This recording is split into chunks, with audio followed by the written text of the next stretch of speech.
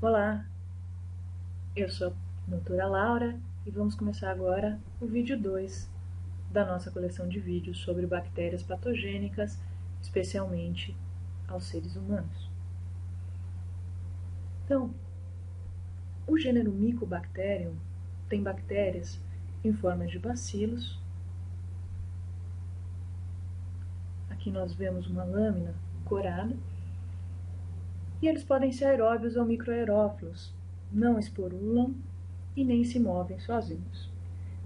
Apenas algumas espécies parecem apresentar uma utilidade dentro dos macrófagos. Esse gênero tem crescimento lento e uma parede lipídica que não é comum nas bactérias em geral. E todas as micobactérias produzem a catalase. O que varia é a quantidade de enzima que cada espécie produz. Muitas espécies são saprófitas, o que significa que não causam mal ao ser humano. Só que desse gênero faz parte a Mycobacterium tuberculosis e Mycobacterium lepra, dois patógenos importantes.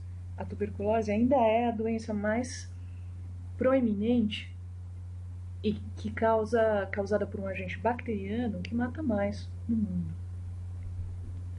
As micobactérias são ácido-álcool resistentes. E nós conseguimos ver isso porque quando nós coramos a lâmina com fucsina, por exemplo, pelo método de Ziel-Nielsen, o corante fixa na célula, mesmo quando a lâmina é descorada com álcool e ácido clorídrico, o que não acontece com outras bactérias, a não ser bactérias que têm similaridade com sua estrutura. Essa é a coloração, então, de Ziel-Nielsen. Podemos ver aqui que na coloração de Ziel-Nielsen nós coramos as células no qual se encontra o material com azul de metileno. E aqui as bactérias, que claro, comparativamente as células aqui são pequenas, mas aqui nós podemos enxergar melhor. Nós temos aqui um bacilo corado, elas coram de vermelho forte arroxeado. Temos aqui do lado a Mycobacterium lepra, corada também pelo mesmo protocolo, tá? Só que aqui uma quantidade muito maior de micobactéria e uma matriz mais simples de ser analisada. Então, por que a coloração de Ziel-Nielsen, sendo que todas as outras bactérias que vimos até agora coravam com Gram? É que a coloração de Gram não funciona muito bem com as micobactérias, já que o lipídio dessa parede, que é extremamente espesso, impede a entrada dos corantes. Mas as bactérias têm sim o peptidoglicano. Não é o mesmo caso das micobactérias, que não coram bem com a coloração de Gram também, mas não tem a parede de peptidoglicano. Vamos mostrar então a parede do Mycobacterium tuberculosis, que é o agente mais importante dessa classe, e podemos fazer uma breve comparação antes de estudar as características únicas, pensando nos cocos patogênicos do vídeo anterior. Aqui não tem cápsula fagocítica, antifagocítica, aliás, por exemplo, ou proteínas que interferem com o complemento ou com os anticorpos. Como vocês podem ver, aqui nenhuma estrutura é indicada. Só que também não precisa. Essa bactéria tem uma classe de moléculas que resolvem todos esses problemas de uma vez, que são os ácidos micólicos. Aqui, então, representados na figura. Essa camada de ácidos micólicos. Esses lipídios formam uma barreira hidrofóbica que dificulta a ação do complemento, dificulta a ação de anticorpos, de enzimas, e ainda aumenta a resistência a variações de pH dessa bactéria.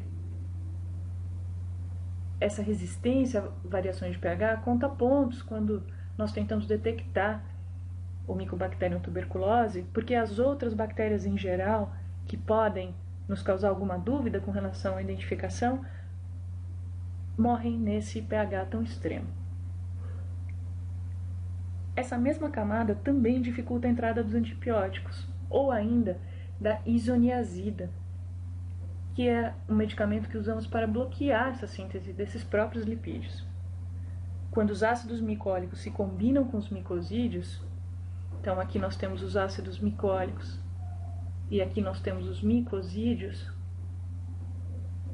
a combinação dessas duas estruturas forma o fator corda, que é encontrado nas espécies virulentas do bacilo de Koch. Diferente também de todas as outras bactérias que vimos aqui na coleção de vídeo, essa micobactéria não tem adesinas. Ou seja, quando infecta, a nossa mucosa vai direto ao pulmão, porque as adesinas fazem com que, por exemplo, o estáfilo e o pneumococo fiquem aderidos à região da nasofaringe e não desçam diretamente para o pulmão, a não ser que haja uma aspiração. E esse bacilo, ele é intracelular facultativo, infecta principalmente os macrófagos. Por causa dessa característica, é difícil separar a resposta imune contra o bacilo quando falamos dos fatores de virulência. Este vídeo, da revista Nature, mostra que o bacilo é transmitido por aerossol das vias aéreas de pessoas infectadas e conta que 3 bacilos já são o suficiente para causar uma infecção, enquanto outras bactérias precisam de pelo menos 1000. Vemos aqui, então, os bacilos entrando pelas vias respiratórias e chegando ao pulmão e, mais especificamente, aos alvéolos. Dentro dos alvéolos, os macrófagos alveolares vão reconhecer algumas estruturas presentes na parede celular desse bacilo e vão conseguir fagocitar. O problema é que o bacilo não deixa o fagossoma atingir a maturação.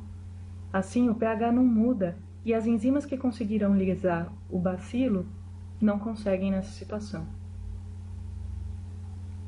Os glicolipídios da parede parecem ser os responsáveis por essa inibição, e com o caminho livre, essas bactérias começam a se multiplicar dentro do fagossomo e fazer com que o macrófago libere constantemente fatores de inflamação.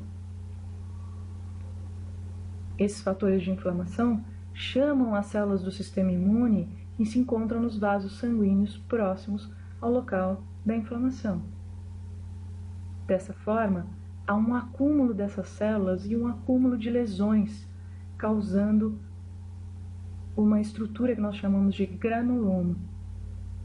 Nota-se que essa estrutura começa a proteger o local onde o bacilo está infectando. Dessa forma, é muito difícil conseguir o acesso a esse bacilo e é por isso que o tratamento com antibiótico, porque a tuberculose tem cura, mas precisa ser tratada por 6 meses, pelo menos. Outras bactérias, por exemplo, nós conseguimos o resultado em 7 dias. Já a lepra, que é também lenta, às vezes é necessário muito mais do que 6 meses para conseguir se livrar da infecção. Temos agora os elementos essenciais para que seja possível fazer uma análise do Mycobacterium tuberculosis. Vemos aqui uma das possibilidades de esquema de identificação. E a primeira atitude é o tratamento da amostra. Pode ser tratada com hidróxido de sódio, que faz com que aquelas bactérias que não são resistentes a ele sejam eliminadas, não tendo interferência na nossa amostra, e aí nos mucolíticos, porque é possível que a amostra esteja com muito muco e isso sim pode interferir na nossa amostra também. Como fazemos em geral sempre a coloração de Gram, se isso for feito, vai dar fraco ou nulo, fraco para positivo ou nulo. Fazemos então a difuxina e temos positivo. A coloração de fucsina, ela é barata e fácil de ser feita e tem uma especificidade grande, mas a sensibilidade não é tão boa. Então, em alguns casos, nós utilizamos a coloração de auramina-rodamina. Ela é mais sensível, mas um pouco menos específica, porque ela reage com ácido micólico, que não é exclusivo dessas micobactérias. Essa é uma foto interessante porque conseguimos enxergar o efeito corda, como comentamos anteriormente, e que é relacionado com a patogenicidade dessa bactéria. Fizemos então a coloração de Zil-Nielsen ou de auramina-rodamina e temos positivo, vamos ao próximo passo, que é cultivar essa micobactéria em meio específico. O meio LJ, ele é baseado em ovo e é um meio bastante rico, então ele contém antibióticos para que essa seleção possa ser feita.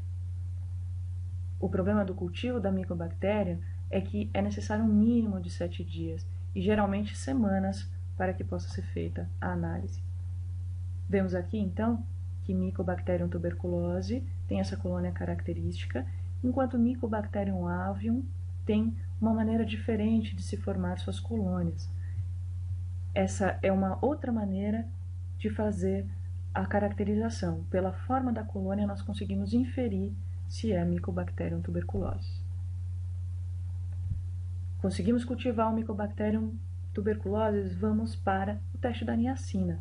A niacina é uma substância que é produzida por todas as micobactérias, ou a maioria das micobactérias, mas o tuberculose tem uma alta quantidade de produção. Então, nós vemos aqui uma fita negativa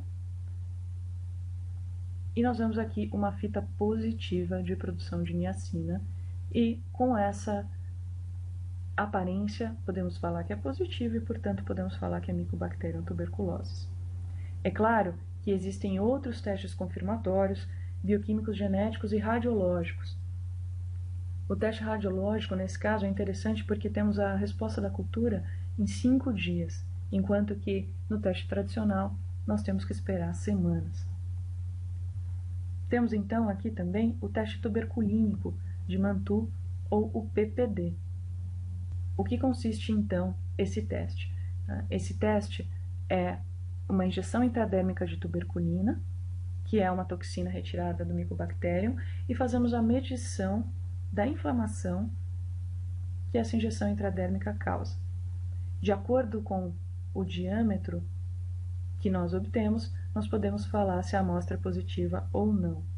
Porém, quando fazemos esse teste, pode dar positivo quando a pessoa é vacinada para o BCG, que é a única vacina que temos ainda contra a tuberculose. Mas e a lepra? A Mycobacterium lepra também é álcool ácido resistente e cora com os 2 corantes citados aqui. A questão é que até hoje não há um protocolo que consiga cultivar essas bactérias in vitro. Existe o cultivo na pata de camundongo, como vocês podem ver aqui. Esse é um cultivo em fase inicial e esse é um cultivo um pouco mais avançado.